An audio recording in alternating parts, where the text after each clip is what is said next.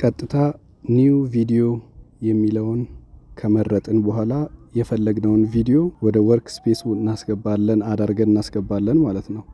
ከዛ ለዚህ ለምናየው ቪዲዮ እንግዲህ ቴክስት ከጀርባ በኩል እንዲሆን ነው የፈለግነው።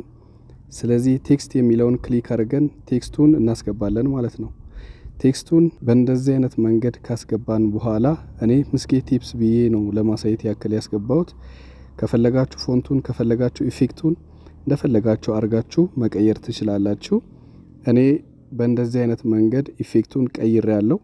እንግዲህ እንደምታዩት ቴክስቱ ከፊት ለፊት ነው ያለው፣ ከቪዲዮ ከፊት ለፊት ነው ያለው። ይህንን ቴክስት ከቪዲዮ ጀርባ እንዴት እናደርጋለን የሚለውን ነው አሁን የምናየው ማለት ነው። ስለዚህ ቴክስቱን ሙሉ በሙሉ ስላይድ አድርገን ከቪዲዮ ጋር እኩል እናደርጋለን።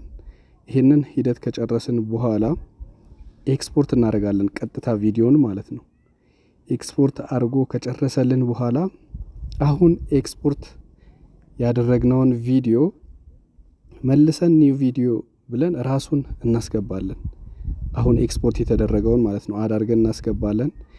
ልክ ካስገባን በኋላ ምንድነው የምናደርገው? ኦቨርሌይ እናደርጋለን፣ የመጀመሪያውን ኦሪጂናል ቪዲዮን ማለት ነው። ስለዚህ ኦቨርሌይ የሚለውን ተጭነን የመጀመሪያ የወሰድነውን ቪዲዮ እንደገና እናስገባለን። ልክ እንደምታዩት ከገባ በኋላ ስክሪኑ ላይ ፊት እናደርጋለን። ከመጀመሪያው ጋር ተመሳሳይ እንዲሆንልን ፊት ካደረግን በኋላ ምንድነው የምናደርገው? ባክግራውንዱን ሪሙቭ እናደርጋለን። ላይክ ቴክስቱ ከኋላ በኩል ከመጀመሪያው ተለጥፎ እንድናይ ላይክ እንደዚህ ማለት ነው። ባክግራውንዱን መተን አውቶ ሪሙቭ ስናደርገው ቀጥታ ቴክስቱ ከቪዲዮ ጀርባ ይሄድልናል ማለት ነው።